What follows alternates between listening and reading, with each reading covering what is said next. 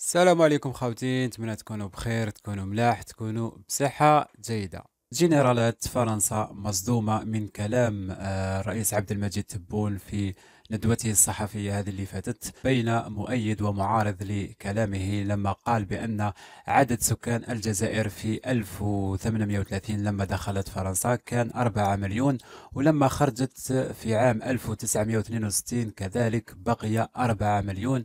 يعني طيل فترة هذا الاحتلال للجزائر قرن و32 سنة كاملة ما زادش عدد سكان الجزائر، يعني زوج ديال ونص ما زادش عدد سكان الجزائر كاملة هكذا، باش تعرف بأنه كانت مرحلة إبادة في وقت الاستعمار الفرنسي. Relations tendues entre Israël et la France, mais également entre la France et l'Algérie. Le président Tebboune a accusé la France d'avoir commis un génocide lors de la colonisation. Je vous laisse écouter. Quand les Français sont arrivés, nous étions environ 40 millions. Après près d'un siècle et demi, 132 ans, quand ils sont partis, nous étions à peine 9 millions. Il y a eu un génocide. Il y a des procès-verbaux. Nous demandons la vérité historique. La vérité historique, général de Bavinkov. Qu'est-ce que vous répondez à ces propos du président Tebboune? صح، عبد المجيد تبون والتاريخ الجزائري يقول انه كي دخلت فرنسا كانت 4 مليون نسمة، نراهم دايرين ألفوا من عندهم انه 40 مليون. كي دخلت فرنسا عندنا كانت عدد سكان 40 مليون، وكي خرجت 9 مليون. هنا باش تعرف باللي يجيبوا كل حاجة غلطة، ومام التاريخ يغلطوا فيه. هذا رانا في الوقت اللي رانا فيه وراهم يغلطوا فينا، فما بالك في التاريخ القديم وين ما كانت حتى حاجة، كانوا غير الوثائق فقط لتثبت، ما كان حتى ميديا وحتى شي هكذا، باش تعرف بلي كيفاش يتلاعبوا في التاريخ كما يبغوا هما. C'est consternant. C'est consternant. C'est consternant et à vrai dire, il n'y a pas grand-chose à répondre. Si nous commençons à opposer l'histoire les uns aux autres, on va pouvoir se raconter des choses extraordinairement intéressantes sur la réalité de ce qu'était l'Algérie, de ce que nous appelons aujourd'hui l'Algérie en 1830, en 1840, en 1850. On va pouvoir se raconter énormément de choses sur les efforts qui ont été faits par notre pays. On va pouvoir se raconter énormément de choses sur cette guerre d'indépendance et sur les suites de cette guerre. On va pouvoir se raconter énormément de choses sur ce qui s'est passé en Algérie depuis plus de 60 ans. Parce qu'au fond, ce pays est un pays indépendant. C'est un grand pays qui dispose de ressources naturelles considérables. Ce pays devrait être un pays extraordinairement développé. C'est un pays qui est très riche, qui est naturellement très riche. Il y a tout pour réussir. Si nos colons français qui étaient en Algérie ont eu tant de tristesse à quitter l'Algérie, ce n'est pas du tout parce que ce pays était un pays pauvre. C'était un pays qu'ils avaient enrichi, qu'ils avaient ensemencé, dans lequel les productions agricoles, les productions industrielles étaient réelles. Qu'ont-ils fait en 60 ans ? Qu'ont-ils fait qui ne donne pas de résultats au bout de 60 ans? Nous sommes partis à 60 ans. C'est beaucoup 60 ans, c'est pas 6 ans. C'est 60 ans. Et on retourne dans une histoire qui est beaucoup plus ancienne. Donc si vous voulez, le président algérien s'exprime comme il l'entend. Mais j'imagine que les experts historiques auront beaucoup d'éléments à apporter au débat. Mais rappelez-vous tout de même de ces propos d'Emmanuel Macron en 2017, cette archive où il qualifie la colonisation de crime contre l'humanité. La colonisation fait partie de l'histoire française. C'est un crime. C'est un crime contre l'humanité, c'est une vraie barbarie. Et ça fait partie de ce passé que nous devons regarder en face, en présentant aussi nos excuses à l'égard de celles et ceux vers lesquels nous avons commis ces gestes. Elsa Vidal, est-ce qu'Emmanuel Macron n'avait pas mis une pièce dans la machine à ce moment-là? Oui, mais je pense que ce travail, il est absolument normal et nécessaire. En fait, il n'a que trop tardé en France. Il n'y a pas de honte à reconnaître ce qu'un régime précédent a pu commettre en Algérie et dans d'autres pays. C'était quand même la France qui n'a plus grand-chose à voir avec la France d'aujourd'hui. Il y a des mémoires avec lesquels il faut s'engager, qu'il faut rendre public. Je pense qu'il y a toutes les recommandations du rapport Stora, de Benjamin Stora, oui, qui attendent d'être mises en œuvre. Et il y a eu un vrai travail, je pense, conjoint, collégial, qui s'est établi et qui demande à la France aussi de remplir des obligations que jusque-là, elle a failli à remplir. Maintenant, ce que fait Tebboune, C'est tout à fait différent ce que fait le président algérien. En fait, il tire parti d'une querelle diplomatique, l'Algérie étant très mécontente du parti pris de la France pour le Maroc dans la querelle sur le Sahara occidental, pour revenir sur cette question et nous accuser de génocide. La question du génocide, elle est très sérieuse. Elle est très sérieuse, surtout dans la première campagne, dans la campagne véritablement de colonisation, et il faudra un jour en répondre. Mais ce qui agite et ce qui motive actuellement le président algérien, c'est d'abord d'essayer de punir la France pour le parti pris en faveur du Maroc. Le président Tebboune a d'ailleurs, même lors de cette même interview, jugé une visite en France humiliante, c'est bien le mot, dans un contexte de relations à nouveau très tendues. Renaud Girard. Mais d'abord, le président Tebboune ne semble totalement ignorer l'histoire. D'abord, ce qu'il aurait dû dire, c'est que la France a créé l'Algérie, qui n'était pas un pays, alors que le Maroc était un pays. Évidemment. C'était quelques barbaresques, quelques comptoirs de barbaresques qui allaient attaquer les bateaux marchands. Et d'ailleurs, les États-Unis d'Amérique, dès 1812, ont dû faire une guerre contre ces barbaresques. Et donc, c'est la France qui a créé l'Algérie. Deuxièmement, la France a considérablement... Il y avait une civilisation et une population sur place. Deuxièmement, il y avait une population sur place et elle avait... Subhanallah wa bihamdihi. تقول دي يقول بشحمه ولحمه. مازال عندهم هذاك المعتقد في راسهم بأنه الجزائر فرنسية. قال لك بكري ما كانتش كاينه لا وجود للدولة الجزائرية. فرنسا هي اللي دارتها.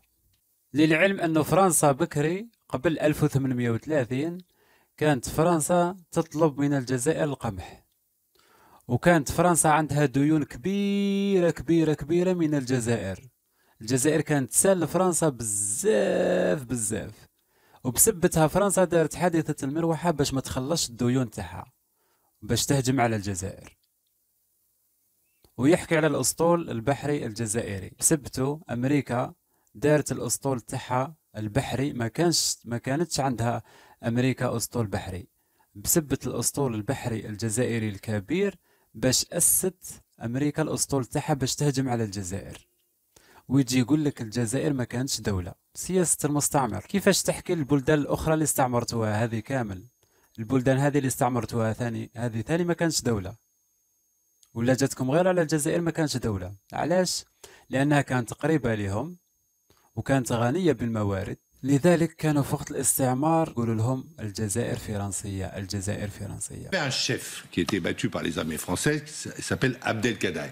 Bien, Abdelkader, il a accepté, l'émir Abdelkader, il a accepté d'être grand croix de la Légion donné par Napoléon III et d'avoir d'ailleurs une pension. Et quand il s'est installé à Damas, il a sauvé en 1860 les chrétiens. Il y a une œuvre de construction en Algérie considérable faite par les Français. Les Français ont trouvé le pétrole, l'ont donné aux Algériens. Mais ça ne change rien. Ils sont partis. Et ensuite, il y a eu un régime criminel, parce que déjà le FLN était criminel dans sa lutte en utilisant toutes les armes les plus odieuses du terrorisme de 1954. Pour se libérer d'une occupation indue. Et alors, est-ce que je peux parler simplement? Non, je ne sais pas. Simplement. Alors, tout le monde a le droit de parler sur ce plateau. Alors, donc je dis que l'insurrection... شوفوا خاوتي هنا كيفاش انصدمت هذيك الصحفية كي قال هذا الجنرال أنه جبهة التحرير إرهابية. انصدمت هنا باش تعرفوا باللي يكذب يكذب يكذب يكذب. نفس الشيء راه صاير درك في غزة، منظمة حماس نفس الشيء هم يقولوا عليها منظمة إرهابية، نفس لغة الاستعمار، نفس لغة المستعمر. واش كان صار عندنا بكري راه يتعاود في غزة. المنظمات التحريرية قاع ولاو يقولوا لها منظمات إرهابية. المستعمر هذا هو. L'élection du FLN en 54 a commencé par l'assassinat d'un couple d'instituteurs. Voilà, très bien. Ensuite, le général de Gaulle, effectivement, a pris une décision assez sage de décoloniser. Très bien, parce qu'il disait, bon, on ne peut pas mélanger l'eau et l'huile, ou l'huile et le... Et donc, il fallait séparer. Mais ce qu'a fait le FLN, qui a ensuite, tout de suite, massacré, contrairement aux accords d'Alger, c'est-à-dire qu'ils ont renié toutes leurs paroles, massacré les harkis qui étaient restés en Algérie, et ensuite confisquer le pouvoir. C'est un pouvoir du FLN, c'est un pouvoir qui est à la fois assassin, à la fois paresseux et visiblement ignorant des réalisations. Les réponses de l'OAS n'ont pas été non plus très pacifistes, Renaud Girard. Alors, les réponses de l'OAS contre le général de Gaulle, parce que l'OAS, il a fait ses attentats, il a essayé par 7 fois d'assassiner le général de Gaulle. L'OAS est un mouvement à bannir, est un mouvement terroriste, et la France du général de Gaulle, le lieutenant-colonel Bastien Thierry a été fusillé, et il méritait d'être fusillé. L'OAS était un mouvement terroriste qui s'opposait aux décisions légales du général de Gaulle. Et le général de Gaulle a eu tout à fait raison. Mais ce pouvoir algérien qui a été incapable de rien faire de cette richesse, qui a été incapable de satisfaire son peuple, qui est incapable de donner la démocratie à son peuple. Voilà, c'est une dictature, l'Algérie. J'aimerais revenir. Je pense qu'on ne peut pas recevoir de leçons de M. Tebboune. J'aimerais revenir sur ces relations entre la France et l'Algérie, parce que c'est ça qui nous intéresse ce soir. Parce qu'en 2022, rappelez-vous, Emmanuel Macron s'était rendu à Alger et à Oran, et c'était le grand amour. Écoutez. Aujourd'hui, nous avons écrit des mots et signé des mots. Et je veux ici vous dire aussi, cher Président, combien cela vous doit. Nous avons le même entêtement à réussir ensemble, parce que nous avons la même conviction qu'au fond, la relation n'est pas simplement une relation bilatérale comme les autres, c'est une relation d'intimité profonde, et pour l'Algérie, et pour la France, et pour nos deux pays. Donc merci, Président, de tout ce travail, de ce que nous signons aujourd'hui, mais maintenant de tout ce que nous ferons ensemble. Est-ce que ce n'est pas l'éternelle rechute entre la France et l'Algérie, général de Bavinkov ? Je ne sais pas si on peut... Je suis très d'accord avec ce qu'a dit Elsa tout à l'heure sur le fait que la configuration de son intervention correspond beaucoup à notre changement de posture vis-à-vis du Front Polisario, bien évidemment, et le rapprochement avec le Maroc. Avec dans le Sahara occidental. Avec le Royaume du Maroc. Changement avec l'Algérie. Je pense qu'on peut faire toutes les commissions d'historiens que l'on veut sur l'histoire de tous les siècles passés, des millénaires qui nous ont précédés. L'histoire, elle est tragique et elle est sanglante. Voilà. L'histoire, elle est tragique, elle a toujours été tragique et elle a toujours été sanglante, très sanglante et très tragique. Nous voudrions une histoire qui soit réconciliée. Notre souhait de nation, c'est d'avoir une histoire réconciliée. C'est très difficile de réconcilier une histoire tragique et une histoire sanglante. Mais est-ce que, comme le disent les Algériens sur le sujet du Sahara occidental, Emmanuel Macron a cédé à Rabat ? Emmanuel Macron, c'est le problème du en même temps. On ne peut pas avoir une relation privilégiée avec l'Algérie et une relation privilégiée avec le Maroc quand ces deux États sont deux concurrents sur la scène internationale. Donc on ne peut pas poursuivre à la fois le même lièvre, deux lièvres. حنا نتنافسوا مع الدول المتقدمة ممكن صعب باش نتنافسوا مع مملكة 12 قرن مع المروك امبوحال ما كاش كيفاه نتنافسوا مع المروك واش جاب الجاب كيفاه نتنافسوا مع المروك Renaud Girard. Et si vous voulez, le général de Gaulle avait proposé une partie du Sahara aux Marocains. Les Marocains avaient dit non, nous discuterons avec nos frères qui luttent contre vous, nos frères algériens. La discussion s'est appelée la guerre des sables de 63 où l'Algérie a attaqué le Maroc.